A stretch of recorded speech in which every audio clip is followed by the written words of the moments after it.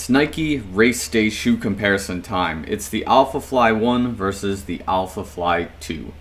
Is the successor better than the predecessor? Let's talk about it and find out.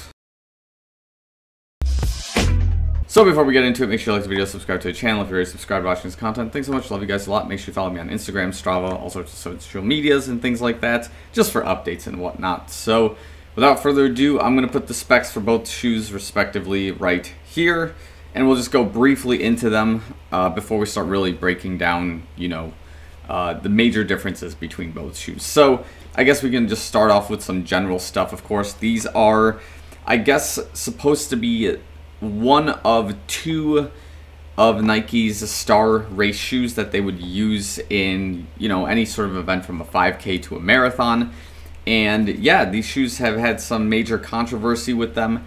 And in my personal experience and understanding of both shoes, I think this is where Nike kind of reaches a critical mass or like a breaking point with their racing shoe in particular. And I'll get into that at the very end when I really break that down. But maybe some of you will hear that statement and say, oh yeah, okay, that makes sense. But anyways, let's get into it. So, AlphaFly 1, general stuff we need to know is that this shoe in about 8.5 is like 7.3, 7.4 ounces. It's about 210 grams on average, with a stack height of about 39 millimeters in the heel, 34 in the forefoot, or 35, which gives it this 4 or 5 millimeter offset. I have the specs right here. It's one of those two. I think it's 4 millimeters, I'm pretty sure.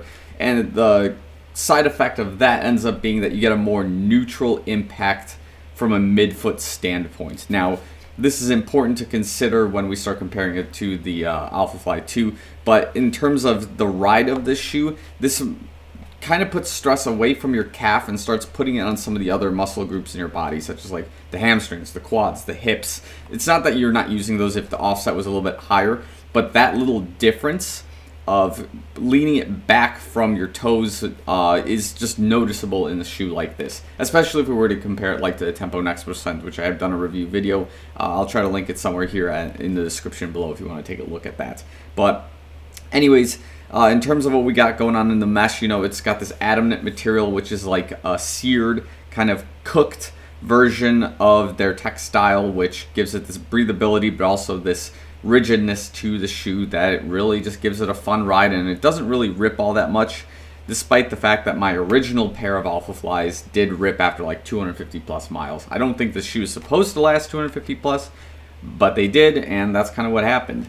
Again, we do use the technology with a carbon plate that runs all the way across the shoe, and we have air zoom pods in the forefoot.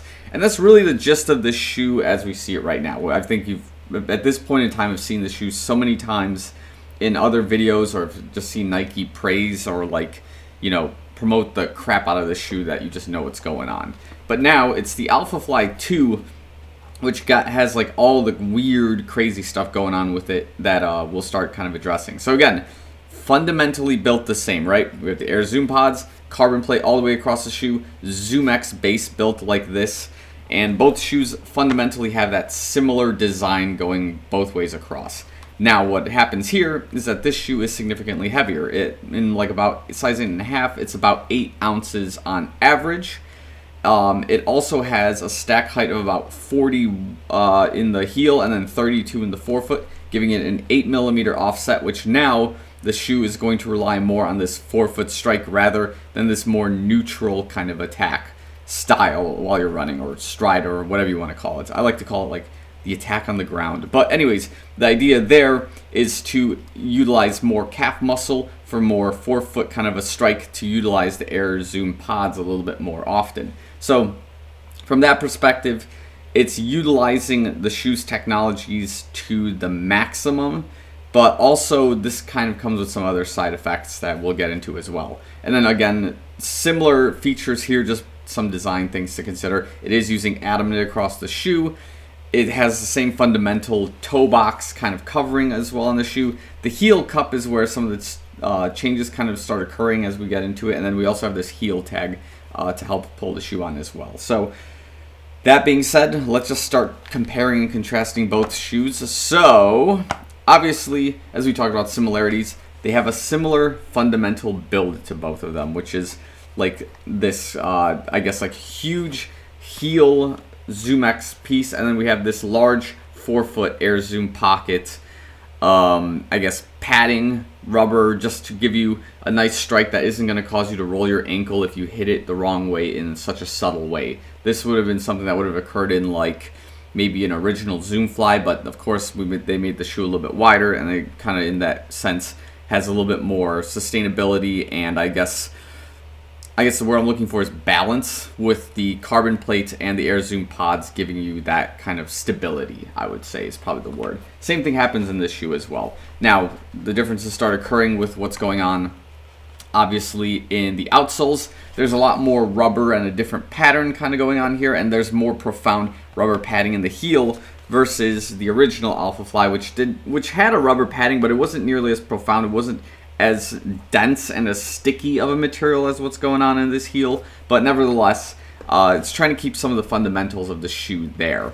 And then this, I guess, pattern, you know, I don't have any issues with it. I think it ran quite well. I put at least 200 miles on this shoe, and that's why the wear looks the way it does.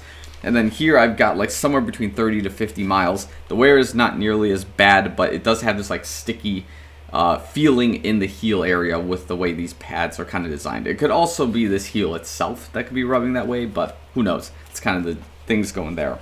Also, things to note is that this AlphaFly is obviously built more round, and I'm using round as like a general term because of like what's going on with the foam, right? We have like the circular pattern here. We've got the foam following a more circular shape on both ends of the shoe, and like the shoe itself also has a more circular design to it, whereas the new generation of Nike shoes between the years of like 2021 and then 2022 and 23 are following this more like square design, and like you can almost see it too in the way the shoe is kind of built, again with the way the heel is built out, where yeah, sure, it's got this round design here, but also we got like square interlays going across the ZoomX foam. We got some squares on the back here as well. The foam structure, or not the foam structure, well, yeah, partially foam, but like also your forefoot structure is squared off a lot more than the AlphaFly. So there's a lot of emphasis on just this geometrical, I guess, designing of the shoe, and I don't know if it's necessarily something performance affiliated or just Nike design engineers said, hey, we're going with four-sided shapes, forget the circles, this is what we're going with. It's possible, I just don't know 100%. Again, the next major difference between the AlphaFly 2 and the 1 is that this shoe is a lot busier, has a lot more materials, and as a result weighs a lot more. I do like this heel though as a design feature compared to this AlphaFly. There's a better lockdown, I think, in the way this heel is designed with, again, this Air Zoom pillow in there, just the way this heel folds as well, and then just the overall lock is better than at least this particular model. However, I do have a major issue, which I've addressed in a video earlier this week, about this textile that follows the shoelace pattern. We discussed that in this area right here in particular, underneath this like shoelace area, there's some textile that's hanging, and it ended up basically rubbing against my little and ring toes in a way where I got blisters on top of my toes from running in thin socks in this shoe, specifically Nike racing socks. So that in itself is a major red flag for the shoe, because it limits your usage, purpose, and just like overall, I guess, wardrobe when running with this shoe, especially if like racing socks are like comfortable and give you like some flexibility in your toes.